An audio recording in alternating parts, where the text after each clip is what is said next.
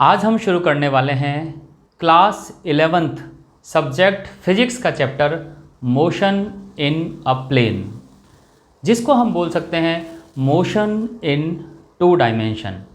Motion in 1 dimension में हमने पढ़ा कि अगर कोई ऑब्जेक्ट मूव कर रहा है और उसका सिर्फ एक कोऑर्डिनेट टाइम के साथ साथ चेंज होता है तो इस तरह का मोशन कहलाता है मोशन इन 1 डायमेंशन, या उसको सिंपल शब्दों में बोलें तो हम बोल सकते हैं मोशन इन स्ट्रेट लाइन। लेकिन अगर कोई ऑब्जेक्ट इस तरह से मूव करता है कि उसके 2 कोऑर्डिनेट टाइम के साथ साथ अगर चेंज होते हैं तो इस तरह का मोशन कहलाता है मोशन इन ए प्लेन। इस बात को एक बार हम डायग्राम में रिप्रेजेंट करते हैं। इस डायग्राम को हम एक कोऑर्डिनेट सिस्टम बोलते हैं, जो कि है रेक्टेंगुलर कोऑर्डिनेट सिस्टम, जहां पर O है उसका ओरिजिन और X, Y, Z 3 एक्सेस यहाँ पर रिप्रेजेंट किए हुए हैं। ये हमने पिछले चैप्टर में पढ़ा हुआ है। अगर यहाँ पर हम किसी पॉइंट को मानते हैं, मान लिया एक पॉइंट हमने माना A तक पहुँचने के लिए X एक्सेस पर एक डिस्टेंस ट्रेवल करनी पड़ेगी, लेट इट इज़ x1, और फिर हमें y एक्सेस पर एक डिस्टेंस ट्रेवल करनी पड़ेगी, लेट इट इज़ y1, और इस पॉइंट पर पहुंचने के लिए z एक्सेस पर चलने की ज़रूरत नहीं है। यहाँ पर ये जो z एक्सेस है वास्तव में ये इस बोर्ड से बाहर निकला हुआ एक परपेंडिकुलर एक्सेस है जिस पर हमें जाना नहीं पड़ता। तो इस समय इस a पॉइंट का कोऑर्डिनेट हो जाएगा x1, दूसरा कोऑर्डिनेट y1 और z कोऑर्डिनेट इसका 0 होगा। अगर ये A पॉइंट यहाँ से चलते हुए किसी पॉइंट B पर आ जाता है तब हम कहेंगे सेंटर से मीन्स ओरिजिन से B पर पहुँचने के लिए पहले हमें एक डिस्टेंस X एक्सेस पर चलनी पड़ती है, let this distance is x2। लेकिन Y एक्सेस पर पहुँचने के लिए सेम हाइट होने की वजह से वो कोऑर्डिनेट हो जाता है y1। तो B पॉइंट का कोऑर्डिनेट हो जाएगा this is x2, y1 and 0। इसी तरह से अगर ये पॉइंट अब B से निकलकर कहीं C पर पहुंच जाता है तो यहाँ पर भी हमें उसी तरह से एक नए कोऑर्डिनेट मिलेंगे x3, y3 एंड 0। तो C कोऑर्डिनेट हुआ this is x3, y3 and 0। तो यहाँ हम देखते हैं जितना भी हम इसको चला लें, जितने भी पॉइंट हमें यहाँ पर मिलेंगे उन सभी पॉइंट का z कोऑर्डिनेट 0 ही रहेगा, मीन्स z कोऑर्डिनेट चेंज नहीं हो रहा है। तो सिर्फ 2 कोऑर्डिनेट ही चेंज हो रहे हैं, मीन्स 2 डायरेक्शन ही ऐसी हैं जिसमें कोई मोशन हो रहा है, और इस तरह का मोशन कहलाता है 2 डायमेंशनल मोशन। तो 2 डायमेंशन मोशन को समझने का तरीका क्या है? जैसे कि ये एक बोर्ड है, ब्लैक बोर्ड, ये एक प्लेन है, ये पूरा मोशन इस प्लेन में ही हो रहा है। अगर ये चौक के टिप इस प्लेन पर मैं टच कर देता हूँ तो जब तक ये टिप इस बोर्ड पर है मीन्स इस प्लेन में है तो ये मोशन 2 डायमेंशनल मोशन कहलाता है। हम कह सकते हैं एक प्लेन में होने वाला मोशन 2 डायमेंशनल मोशन होगा। 2 डायमेंशनल मोशन के एग्जाम्पल की बात करें तो ऐसे जितने एग्जाम्पल जो कि प्लेन में मोशन हैं वो सारे के सारे 2 डायमेंशनल मोशन के एग्जाम्पल हो जाएंगे। जैसे कि motion of A car in A ground. एक ग्राउंड है, उसमें एक कार चल रही है, तो हम देखते हैं कार का मोशन इस तरह से है कि वो हमेशा ग्राउंड के साथ कांटेक्ट में रहती है और पूरे ग्राउंड में कांटेक्ट में रहते हुए ही मोशन करती है। तो ये होगा motion in a plane and it is 2 dimensional motion. Similarly motion of a satellite. Satellite में देखिए यहाँ पर आप देखते हैं कि अर्थ के चारों तरफ ये सैटेलाइट मूव कर रहा है। यहाँ पर आपको ग्राउंड नज़र नहीं आ रहा होगा, लेकिन इमेजिन कीजिए इस सैटेलाइट के नीचे अगर एक सरफेस रख दिया जाता विच इज़ इमेजिनरी सरफेस, तो हमें ऐसा लगता कि सैटेलाइट उस सरफेस पर कांटेक्ट में है और वो मूव कर रहा है। तो इस तरह से अगर एक इमेजिनरी सरफेस भी हम मान सकते हैं तो वो भी मोशन इन प्लेन ही होगा। और इस तरह के जितने भी एग्जाम्पल हैं वो सारे 2 डायमेंशनल मोशन के एग्जाम्पल कहे जाते हैं, चाहे वो प्लेन सीधा हो, चाहे वो प्लेन वर्टिकल खड़ा हो, और चाहे वो प्लेन कोई तिरछा प्लेन हो। तो इस केस में प्लेन हमारा कोऑर्डिनेट सिस्टम हुआ, मीन्स 2 कोऑर्डिनेट हैं 1 and 2, और ऑब्जेक्ट इन्हीं 2 कोऑर्डिनेट को चेंज करते हुए ही अपना मोशन कर रहा है। तो इस तरह का मोशन कहलाता है मोशन इन 2 डायमेंशन और मोशन इन प्लेन। हमने मोशन इन 1 डायमेंशन पढ़ा, means motion in a straight line. वहाँ पर हम ये कहते थे एक ही डायरेक्शन में अगर कोई ऑब्जेक्ट चल रहा है तो वो स्ट्रेट लाइन मोशन होता है, लेकिन उस ऑब्जेक्ट को जब वापस लाते थे तो हम उसकी डायरेक्शन बदल देते थे।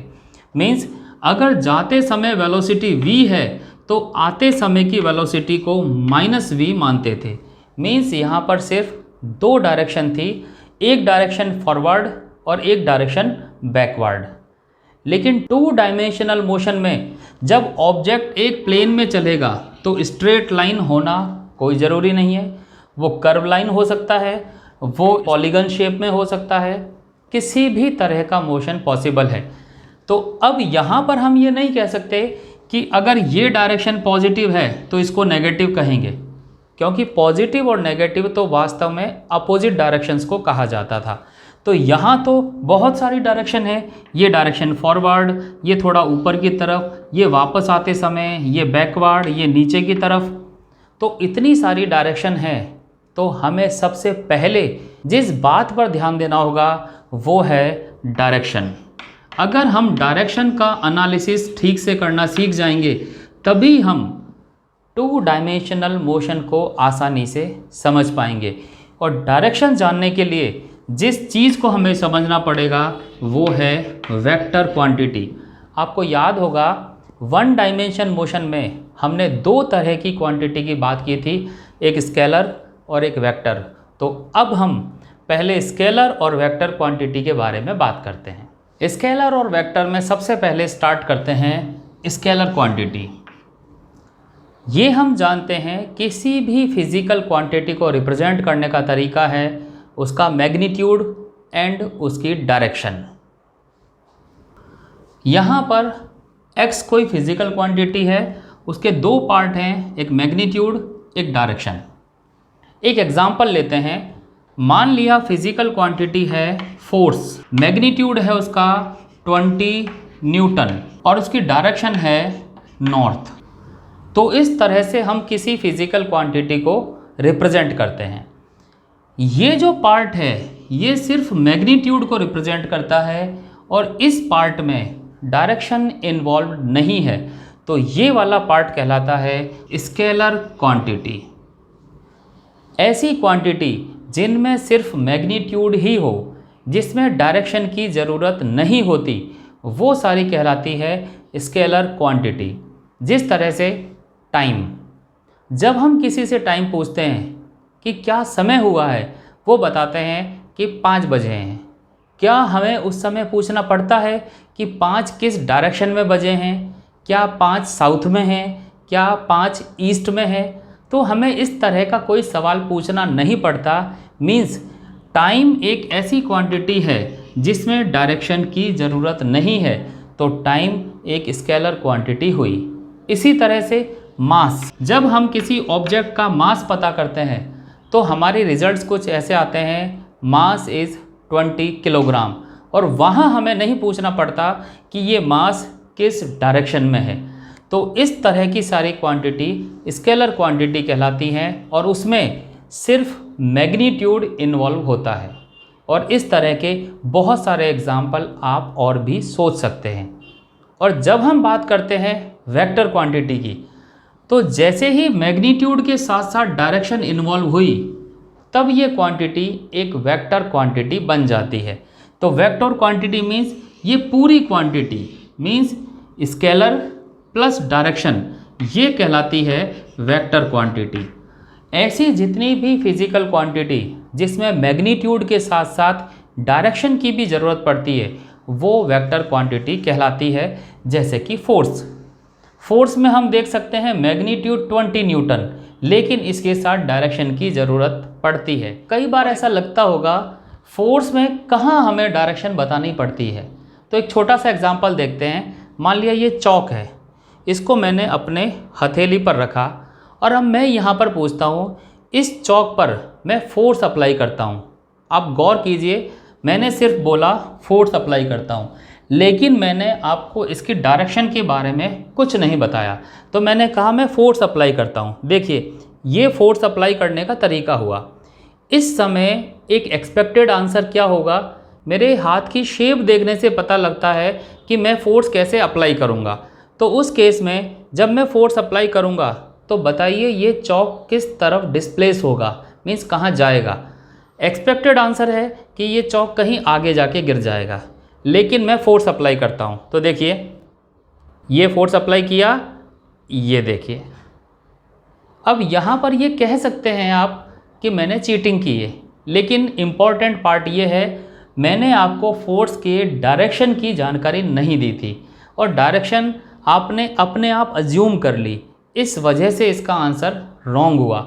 लेकिन अगली बार इस तरह का मैं सवाल पूछूंगा तो आप पहला सवाल पूछेंगे कि पहले डायरेक्शन बताइए, क्योंकि डायरेक्शन से ही हम उसका सही रिज़ल्ट दे सकते हैं। तो ऐसी जितनी क्वांटिटी हैं जिसमें डायरेक्शन की ज़रूरत पड़ती है वो सारी की सारी वेक्टर क्वांटिटी कहलाती हैं। आपने कुछ क्वांटिटी पढ़ी होंगी जैसे कि डिस्टेंस। डिस्टेंस सिंपली एक लेंथ होती है तो वो स्केलर क्वांटिटी है, लेकिन डिस्प्लेसमेंट जिसमें लेंथ के साथ साथ डायरेक्शन भी होती है तो वो एक वेक्टर क्वांटिटी हुई। इसी तरह से स्पीड एक स्केलर क्वांटिटी है, लेकिन वेलोसिटी एक वेक्टर क्वांटिटी है। तो ये हुई स्केलर और वेक्टर क्वांटिटीज़। यहाँ हम एक बार स्केलर और वेक्टर क्वांटिटी की डेफिनेशन की बात करते हैं। स्केलर के लिए हमने कहा ऐसी कोई फिजिकल क्वांटिटी जिसमें सिर्फ मैग्नीट्यूड हो और डायरेक्शन नहीं हो, वो स्केलर क्वांटिटी होती है। वेक्टर के लिए हमने कहा ऐसी फिजिकल क्वांटिटी जिसमें मैग्नीट्यूड हो और डायरेक्शन भी हो, वो वेक्टर क्वांटिटी कहलाती है। लेकिन यहाँ पर एक पॉइंट है, कुछ क्वांटिटी ऐसी होती हैं जिसमें मैग्नीट्यूड भी होता है, डायरेक्शन भी होती है, फिर भी वो वेक्टर क्वांटिटी नहीं होती। For example current. करंट में मैग्नीट्यूड होता है लाइक 3 एम्पियर या 5 एम्पियर, और हम हमेशा जब वायर को बनाते हैं तो वायर में इस तरह से करंट की डायरेक्शन भी शो करते हैं, लेकिन फिर भी करंट एक वेक्टर क्वांटिटी नहीं है। तो इसका मतलब है वेक्टर क्वांटिटी को डिफाइन करते समय हम एक क्लॉज और जोड़ते हैं। वो क्या है, कोई भी ऐसी फिजिकल क्वांटिटी जिसमें मैग्नीट्यूड हो, डायरेक्शन हो और वो वेक्टर के लॉज को ओबे करती हो, तो ऐसी क्वांटिटी कहलाती है वेक्टर क्वांटिटी। और वेक्टर के लॉज क्या हैं वो हम आगे पढ़ेंगे, जो कि उसके एडिशन से या उसके मल्टीप्लिकेशन से रिलेटेड है। तो अब हम स्पेशली वेक्टर की बात करते हैं। सबसे पहले वेक्टर को हम कैसे रिप्रेजेंट करते हैं इस पर आते हैं। अभी हमने कहा कि हम कोई फिजिकल क्वांटिटी लेते हैं, उस फिजिकल क्वांटिटी का एक मैग्नीट्यूड लेते हैं और उसके साथ ही हम उसकी एक डायरेक्शन भी लेते हैं। फॉर एग्ज़ाम्पल हमने फिजिकल क्वांटिटी ली है फोर्स, उसका मैग्नीट्यूड है 20 न्यूटन और डायरेक्शन है नॉर्थ। इसको किस तरह से लिखें, तो लिखने का तरीका, जो फिजिकल क्वांटिटी है उसको किसी कैपिटल लेटर या स्मॉल लेटर से रिप्रेजेंट करेंगे। जैसे फोर्स को हम F लिख देते हैं। कुछ किताबों में आप देखेंगे इस फोर्स को लिखने का तरीका है इसको थोड़ा सा बोल्ड करके लिखेंगे, लेकिन जब हम इसको नोटबुक में लिखेंगे तब बोल्ड करना मुश्किल है। तो दूसरा तरीका यह है, इसको हम इस तरह से लिखेंगे कि उसके ऊपर एक एरो मार्क लगा देंगे। तो हम यहाँ पर लिखेंगे एक एरो मार्क के साथ। तो इसको रिप्रेजेंट करने का तरीका हुआ, एक कैपिटल लेटर लिखते हैं, उसके ऊपर एक एरो मार्क मीन्स तीर का निशान। उसके बाद फिर हम बात करते हैं इसके मैग्नीट्यूड की। मैग्नीट्यूड को लिखने का तरीका होता है यही अल्फ़ाबेट हम यहाँ यूज़ करते हैं लेकिन विदाउट एनी एरो मार्क। और इसके डायरेक्शन को लिखने का तरीका, वही अल्फ़ाबेट यहाँ फिर से यूज़ करते हैं, लेकिन उसके ऊपर एक कैप लगा कर लिखते हैं। तो vector f is equal to F into F cap. जब भी किसी क्वेश्चन में हमसे कोई वेक्टर क्वांटिटी पूछी जाती है तो आंसर में हमें दो पार्ट निकालने हैं। पहला पार्ट उसका मैग्नीट्यूड और दूसरा पार्ट उसकी डायरेक्शन। इनको किस तरह से कैलकुलेट करते हैं और कैसे रिप्रेजेंट करते हैं ये हम आगे देखेंगे, लेकिन फ़िलहाल ये लिखने का तरीका है। अगर हमें वेलोसिटी को लिखना है तो velocity v vector is equal to 30 metre पर सेकेंड और डायरेक्शन है टुवर्ड राइट। ये एक वेलोसिटी का एग्जाम्पल हुआ। अगर इसको सिंबॉलिक रिप्रेजेंटेशन की फॉर्म में लिखें तो ये होगा v vector is equal to v and v cap. तो ये इसको लिखने का तरीका है। याद रखिए ये v कैप सिर्फ सिंबल है, इनकी जो वैल्यूज़ है नॉर्थ या राइट या कोई और भी वैल्यू हो सकती है, वो सब जब क्वेश्चन आएंगे तब हम उसको समझते जाएंगे कि उनकी वैल्यूज़ कैसे निकालते हैं। ये तो हमने पढ़ा कि नोटबुक में लिखते समय किसी वेक्टर क्वांटिटी को कैसे लिखेंगे, लेकिन अब हम देखते हैं कि इसका ग्राफिकल रिप्रेजेंटेशन किस तरह से होता है। इसको समझने के लिए हम फिर एक एग्जांपल लेते हैं। ग्राफिकल रिप्रेजेंटेशन में हम किसी वेक्टर को एक एरो से रिप्रेजेंट करते हैं, इस तरह से। ये एरो, इस एरो की जो लेंथ होती है, this is length of arrow, ये रिप्रेजेंट करती है उस वेक्टर के मैग्नीट्यूड को। और इस एरो का जो हेड होता है, ये डायरेक्शन, ये डायरेक्शन है वेक्टर की direction, means F cap. F cap हम डायरेक्शन को रिप्रेजेंट करने के लिए इस्तेमाल करते हैं और मैग्नीट्यूड के लिए हम एक सिंपल एक लेटर लिखते हैं। तो इस तरह से एक एरो मार्क से हम वेक्टर को रिप्रेजेंट करते हैं। किस तरह से करते हैं वो देखते हैं। उसके लिए सबसे पहले हम इस 20 न्यूटन को रिप्रेजेंट करने के लिए एक स्केल मानते हैं। For example 5 newton is equal to 1 centimetre. ये इस तरह से हमने एक स्केल मान ली। 5 न्यूटन को अगर 1 सेंटीमीटर माने तो 20 न्यूटन को रिप्रेजेंट करने के लिए 4 सेंटीमीटर लेंथ का एक एरो मानना पड़ेगा और उसकी डायरेक्शन नॉर्थ डायरेक्शन होगी। अगर ये डायरेक्शन नॉर्थ है, नीचे की तरफ डायरेक्शन साउथ है, ये डायरेक्शन ईस्ट है, ये डायरेक्शन वेस्ट है, तो 4 सेंटीमीटर का एक हम तीर का निशान लगाते हैं। इस तरह से इसकी जो लंबाई है वो 4 सेंटीमीटर रखनी है, जो कि 20 न्यूटन को रिप्रेजेंट करेगा, और इसकी डायरेक्शन नॉर्थ डायरेक्शन में रखेंगे। तब हम कहेंगे कि ये हमारा डिज़ायर्ड वेक्टर का ग्राफिकल रिप्रेजेंटेशन है। तो ये है वेक्टर को रिप्रेजेंट करने का ग्राफिकल मेथड, और ये स्केल हम अपनी चॉइस से डिसाइड करते हैं। एक और एग्जांपल लेते हैं। मान लिया इस फोर्स की जगह हम एक वेलोसिटी मान लेते, और वेलोसिटी होती 100 मीटर पर सेकेंड, और उसकी डायरेक्शन हमने मान ली ईस्ट डायरेक्शन। सबसे पहले इसके मैग्नीट्यूड को रिप्रेजेंट करने के लिए हमें एक स्केल लेनी पड़ेगी। मान लेते हैं यहाँ पर हमने 50 मीटर पर सेकंड को 1 सेंटीमीटर मान लिया। इस स्केल के अकॉर्डिंग 100 मीटर पर सेकंड को रिप्रेजेंट करने के लिए सिर्फ 2 सेंटीमीटर लंबी लाइन चाहिए और डायरेक्शन ईस्ट। तो इस वेलोसिटी को रिप्रेजेंट करने का तरीका होगा ईस्ट की डायरेक्शन में 2 सेंटीमीटर का एक एरो। तो ये 2 सेंटीमीटर का एरो है, डायरेक्शन ईस्ट है, तो ये एरो इस वेलोसिटी को रिप्रेजेंट कर रहा है। तो इस तरह से जब भी हम डायग्राम बनाएंगे तो इस एरो मार्क के रिप्रेजेंटेशन से ही हम किसी वेक्टर को रिप्रेजेंट करेंगे। ग्राफिकल रिप्रेजेंटेशन को थोड़ा और समझने के लिए हम वेक्टर से रिलेटेड कुछ और टाइप्स देखते हैं, जिससे कि हम इसका ग्राफिकल रिप्रेजेंटेशन और बेटर समझ सकें। इक्वल वेक्टर, कोई भी दो वेक्टर इक्वल वेक्टर कहलाते हैं अगर उसके मैग्नीट्यूड और डायरेक्शन एकदम सेम हो। मान लिया एक ये वेक्टर है, हमने रिप्रेजेंट किया, नाम इसका रख दिया वेक्टर ए। अब कोई दूसरा वेक्टर इसके इक्वल तभी होगा जब वो सेम डायरेक्शन में हो और सेम मैग्नीट्यूड का हो। तो इस तरह से दो वेक्टर इक्वल वेक्टर तभी होंगे जब उनका मैग्नीट्यूड और डायरेक्शन दोनों ही सेम हो। अगर हो सकता है इसका मैग्नीट्यूड सेम नहीं हो, मान लिया एक वेक्टर हमने माना दिस इज ए डैश, दूसरा वेक्टर माना दिस इज बी डैश। यहाँ हम देख सकते हैं दोनों के डायरेक्शन तो सेम है लेकिन मैग्नीट्यूड ए का ज़्यादा है बी का कम है, तो इस तरह के वेक्टर इक्वल वेक्टर नहीं कहलाएंगे।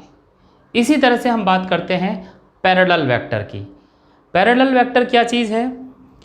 अगर दो वेक्टर हमारे पास हैं, एक वेक्टर ये लेट इट इज़ ए, दूसरा वेक्टर बी लाइक दिस। यहाँ पर हम देखते हैं दोनों वेक्टर का मैग्नीट्यूड अलग अलग है।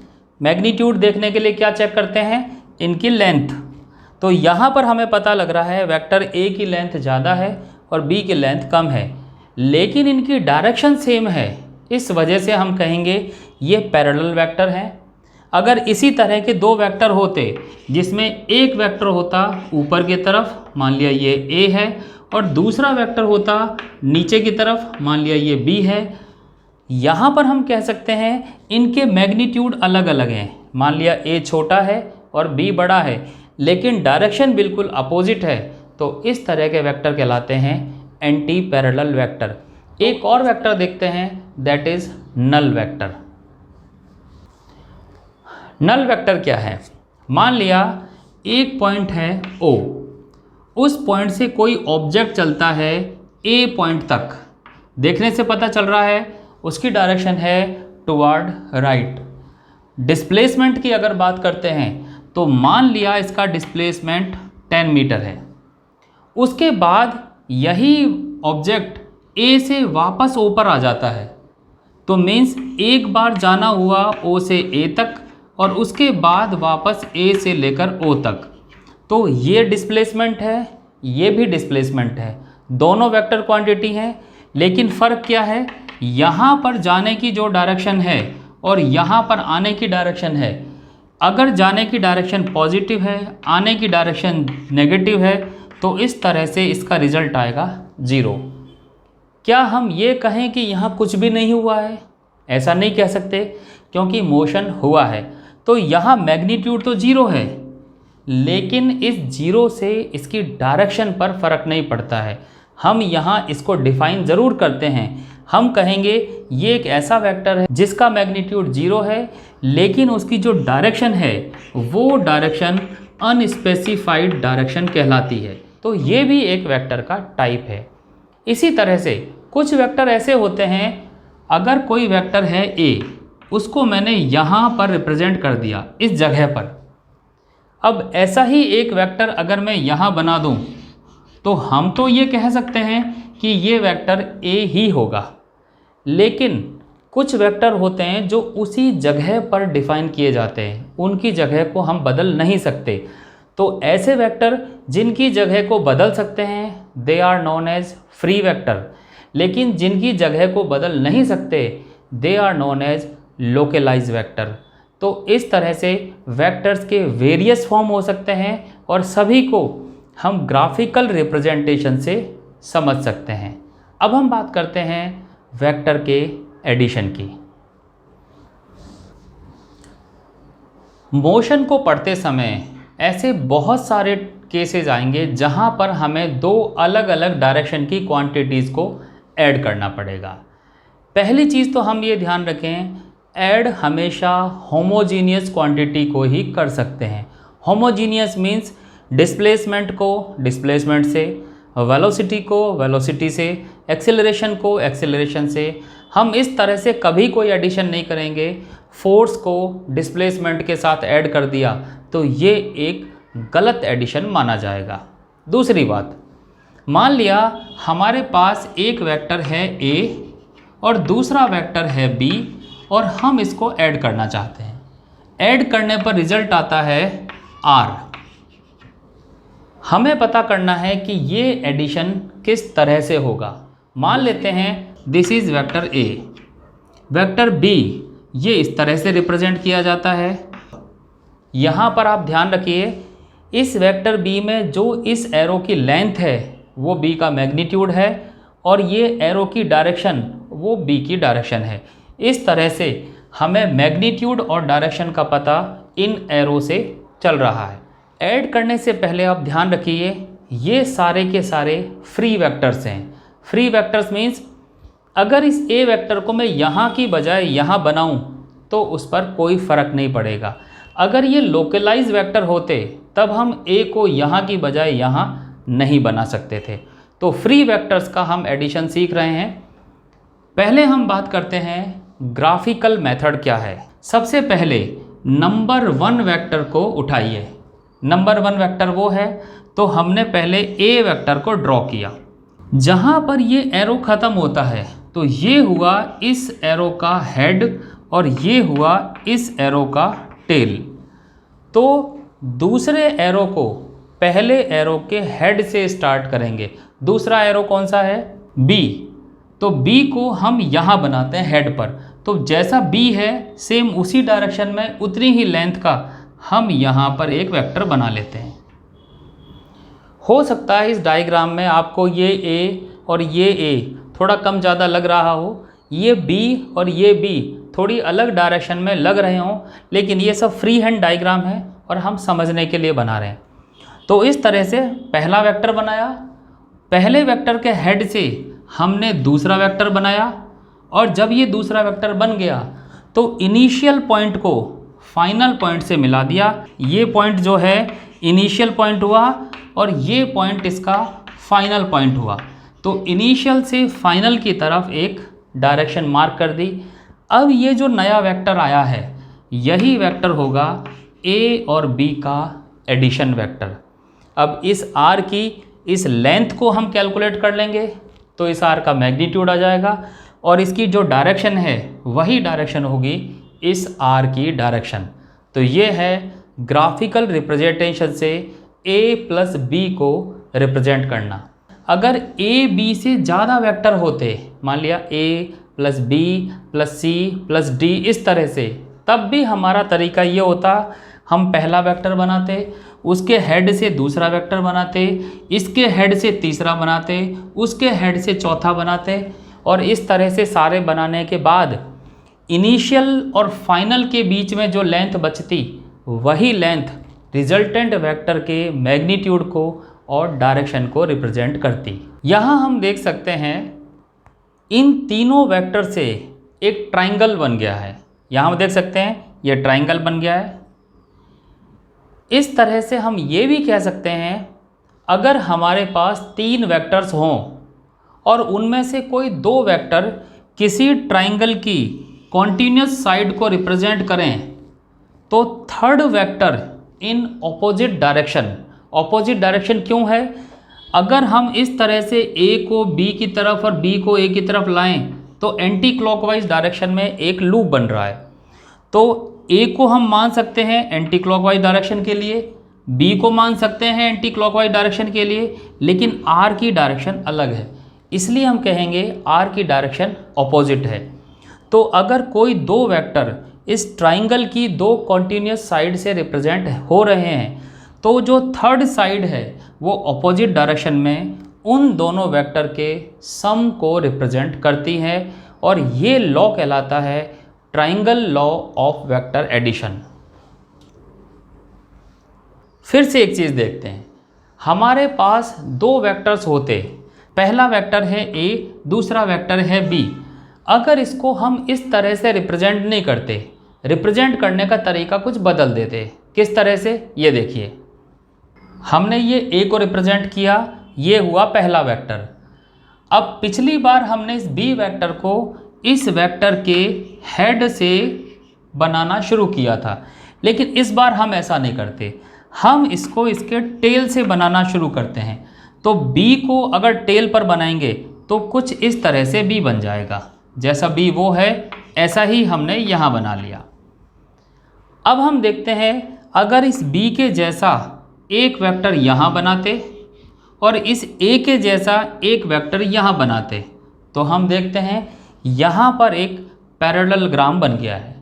उस पैरेललोग्राम का डायगोनल वो ये होगा, और ये डायगोनल देखा जाए तो पिछली बार के ट्राइंगल की उस रिजल्टेंट साइड को ही रिप्रेजेंट कर रहा है जिसको हमने आर कहा था।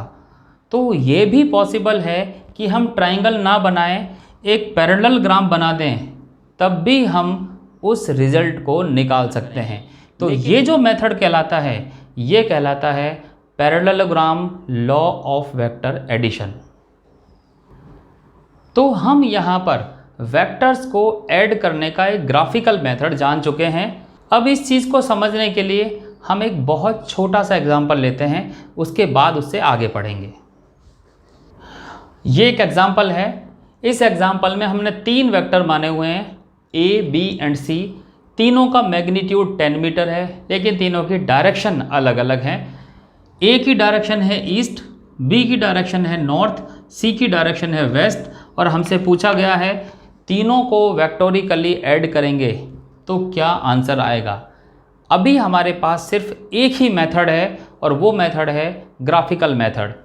मान लेते हैं ऊपर की तरफ जो डायरेक्शन है वो नॉर्थ है, नीचे वाली साउथ है, राइट हैंड साइड वाली ईस्ट है और लेफ्ट हैंड साइड वाली वेस्ट है। तो इसके अकॉर्डिंग पहले सबसे पहला वेक्टर ड्रॉ करते हैं। हमारा यही नियम है, सबसे पहला वेक्टर, तो ये पहला वेक्टर है ए, इसको ड्रॉ किया। 10 मीटर ईस्ट, तो ये डायरेक्शन ईस्ट है, तो 10 मीटर लेंथ का एक एरो बनाया और ईस्ट डायरेक्शन में कर दिया। अब इस एरो के हेड से, मीन्स यहाँ से हम सेकेंड वेक्टर ड्रॉ करेंगे। This is 10 metre north, north direction है अपवर्ड, तो इस हेड से अपवर्ड डायरेक्शन में हमने एक और वेक्टर बनाया। इसकी लेंथ भी 10 मीटर है, तो ये दोनों सेम लेंथ के बनेंगे। उसके बाद दूसरे वाले की हेड से हमने ये सी वेक्टर बनाया, ये है वेस्ट, तो 10 मीटर वेस्ट करेंगे तो ये यहाँ पहुँच जाएगा। तो इस तरह से हम देखते हैं this is A, this is B और दिस इज़ सी। 3 वेक्टर हमने बना लिए। रिजल्टेंट आर कहाँ पर होगा? तो हमारा जो तरीका है वो है, हम देखेंगे इनिशियल पॉइंट कहाँ है और हम देखेंगे फाइनल पॉइंट कहाँ है। इनिशियल से फाइनल को मिला देंगे और डायरेक्शन भी इनिशियल से फाइनल की तरफ।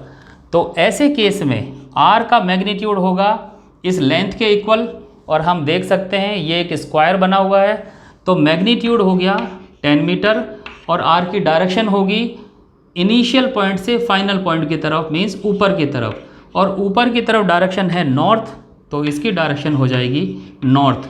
तो हम ये कह सकते हैं vector R is equal to 10 metre north.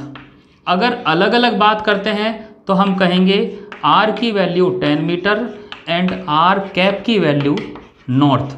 तो इस तरह से हम, अगर हमारे पास वेक्टर्स हैं तो हम उनका एडिशन कर सकते हैं। तो अब हम समझते हैं कि दो वेक्टर्स को एनालिटिकली कैसे ऐड करें। एनालिटिकल मेथड क्या है, पहले इसको समझते हैं। तो ये बेसिकली एक मैथमेटिकल मेथड है।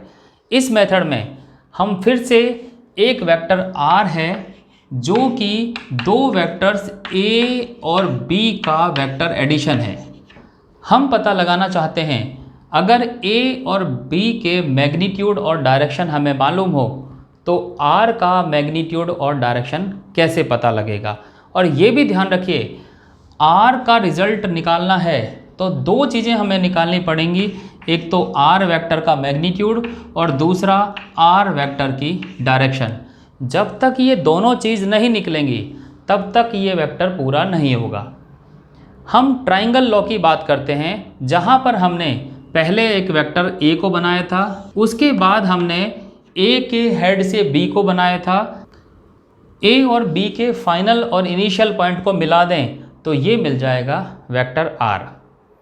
अब देखिए, मान लिया हमारा पहला वेक्टर ए ये है, दूसरा वेक्टर बी ये है और इन दोनों के बीच का एंगल थीटा है। इसको नोट करते हैं, theta is the angle between A and B. ध्यान दीजिए, थीटा को हम कहाँ पर बनाएं? जब भी किन्हीं दो वेक्टर के बीच का एंगल पता होता है तो बनाने का तरीका ये है, पहले वेक्टर्स को बनाइए, उनके इंटरसेक्शन पॉइंट को देखिए, उस इंटरसेक्शन पॉइंट से वो दो डायरेक्शन बनाइए जो उन दोनों वेक्टर्स की हैं। फॉर एग्जांपल ए की डायरेक्शन है टुवर्ड राइट, तो ये हो जाएगी ए की डायरेक्शन, और बी की डायरेक्शन है ऊपर की तरफ ये। दोनों डायरेक्शन बनाने के बाद उन दूर जाती हुई डायरेक्शन के बीच का एंगल, ये एंगल ही थीटा होगा। हमेशा ध्यान रखिए, theta is the angle between two vectors, then theta is defined between the lines which show the direction of vectors going away from the intersection point। तो हमेशा इंटरसेक्शन पॉइंट से दूर जाती हुई डायरेक्शन के बीच में ही थीटा बनाना है। आमतौर पर थीटा गलती से यहाँ अंदर बना लेते हैं और वहीं पर हमारा क्वेश्चन गलत होने लगता है।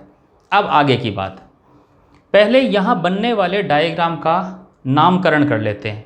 मान लिया इस पॉइंट का नाम है M, इसका नाम कर दिया है N, यहाँ से एक परपेंडिकुलर ड्रॉ किया जिसका नाम कर दिया है Q, ये एंगल 90 डिग्री, इस पॉइंट का नाम रख देते हैं S। इस तरह से हमारे पास एक ट्राइंगल बन गया है। यहाँ पर हम देख सकते हैं जो वेक्टर A है इसके दो पार्ट हैं, एक मैग्नीट्यूड और एक डायरेक्शन। यहाँ हम देख सकते हैं इसका जो मैग्नीट्यूड है A, this is MN, M से लेकर N तक ये उस एरो की लेंथ है, तो वास्तव में वो A का मैग्नीट्यूड है। उसी तरह से तो B का मैग्नीट्यूड यहाँ से है NS, इसी तरह से R का मैग्नीट्यूड है MS।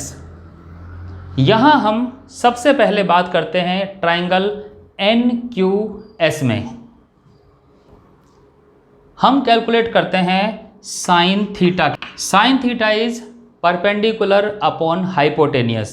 परपेंडिकुलर वहाँ पर है SQ and hypotenuse is NS। यहाँ पर हम देख सकते हैं SQ is equal to NS into sine theta. NS की वैल्यू है B, तो SQ is equal to B sine theta.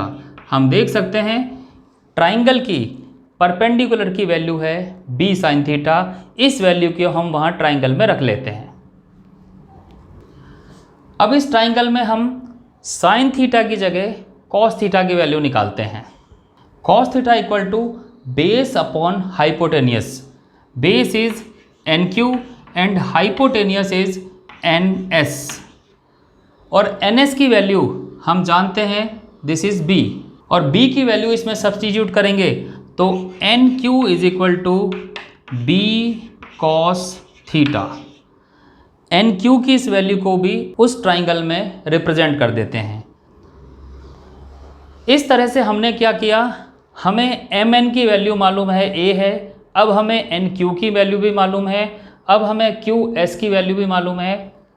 R निकालने के लिए अब हम इस राइट एंगल ट्राइंगल को इस्तेमाल करते हैं, मीन्स ट्राइंगल MQS। इस ट्राइंगल में हम पाइथागोरस थ्योरम लगाते हैं and Pythagoras theorem is hypotenuse square means MS square is equal to base square, base is MQ plus perpendicular SQ square. This is Pythagoras theorem. MS, what is MS? MS vector R की length है, means ये vector R का magnitude हुआ, तो इसको हम R लिख सकते हैं, स्क्वायर होने की वजह से स्क्वायर। MQ क्या है ये देखते हैं। MQ इसके दो पार्ट हैं, M से N और N से Q, स्क्वायर होने के कारण square, plus SQ, this is SQ square. अब इनकी वैल्यू को हम सब्स्टिट्यूट करते हैं। MN की वैल्यू है A, मीन्स A का मैग्नीट्यूड। NQ की वैल्यू है B cos theta in whole square, plus SQ की वैल्यू है this is SQ B sine theta in whole square. इसको हम सॉल्व करते हैं। सॉल्व करने पर it will be R square.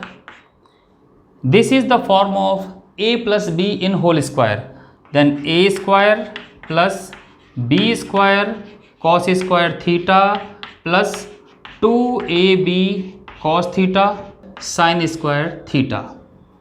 हम यहाँ देखते हैं B square cos square theta and B square sine square theta में से बी स्क्वायर को हम कॉमन ले सकते हैं।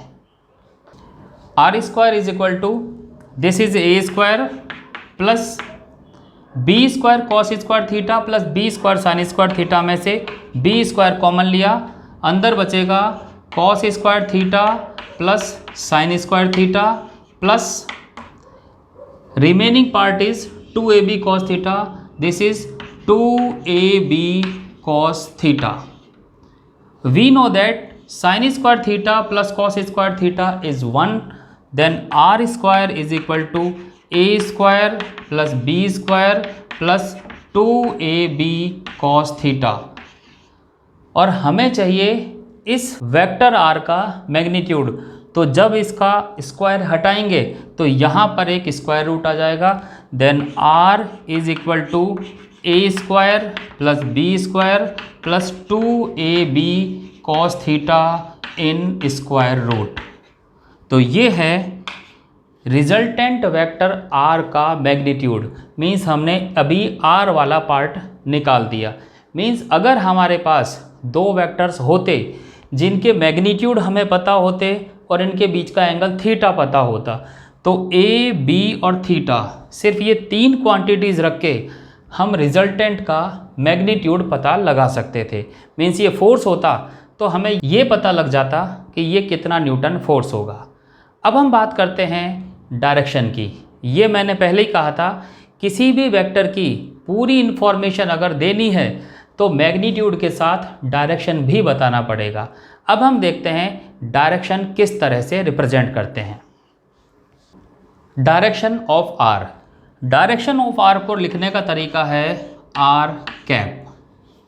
अब इस डायग्राम में ही हमें आर की डायरेक्शन बतानी है। तो आर की डायरेक्शन बताने का तरीका क्या हो सकता है? पहली बात, हम ये कहें कि आर थोड़ा ऊपर की तरफ है। अब फिजिक्स में इस तरह की चीज़ें तो नहीं कह सकते कि थोड़ा ऊपर की तरफ है। हम यहाँ पर मान लेते हैं कि ये एंगल फाई है, तो हमारी डायरेक्शन हो जाएगी आर की डायरेक्शन वेक्टर ए से फाई एंगल बना रही है और वो ऊपर की तरफ है। इस तरह से डायरेक्शन होगी। तो मैं डायरेक्शन लिख के दिखाता हूँ। हम लिखेंगे vector R is making an angle phi with A. लेकिन इस सेंटेंस को लिखने से हमारा काम नहीं बना, क्योंकि ये जो फाई है हमें इसकी वैल्यू थोड़ी ही पता है। हमने तो सिर्फ लिख दिया फाई। तो अब वैल्यू कैसे निकालें? तो इस सेंटेंस को लिखने के साथ हमें फाई की वैल्यू भी लिखनी है। लेकिन फाई की वैल्यू तो हम तभी लिख लेंगे जब फाई की वैल्यू हम निकाल पाएँ। तो निकालते हैं। यहाँ से इस ट्राइंगल में MQS में, in triangle MQS tan phi is equal to perpendicular upon base. तो perpendicular is SQ and base is MQ। दोनों की वैल्यूज़ रखते हैं। tan phi is equal to SQ is B sine theta and MQ is, देखिए, A plus B cos theta. तो this is A plus B cos theta. और यहाँ से phi की वैल्यू को लिखने का तरीका हुआ phi is equal to tan inverse B sine theta upon A plus B cos theta. इस तरह से हम फाई की वैल्यू लिखेंगे। तो अब हम जान चुके हैं, अगर हमारे पास दो वेक्टर्स होते और उनके बीच का एंगल हमें पता होता तो हम रिजल्टेंट R को निकाल सकते हैं। और रिजल्टेंट R निकालने के लिए पहले इसका मैग्नीट्यूड निकालेंगे और वो आता है a square plus B square plus 2ab cos theta in square root. और उसकी डायरेक्शन आती है R is making an angle phi with A where phi equal to tan inverse B sine theta upon A plus B cos theta.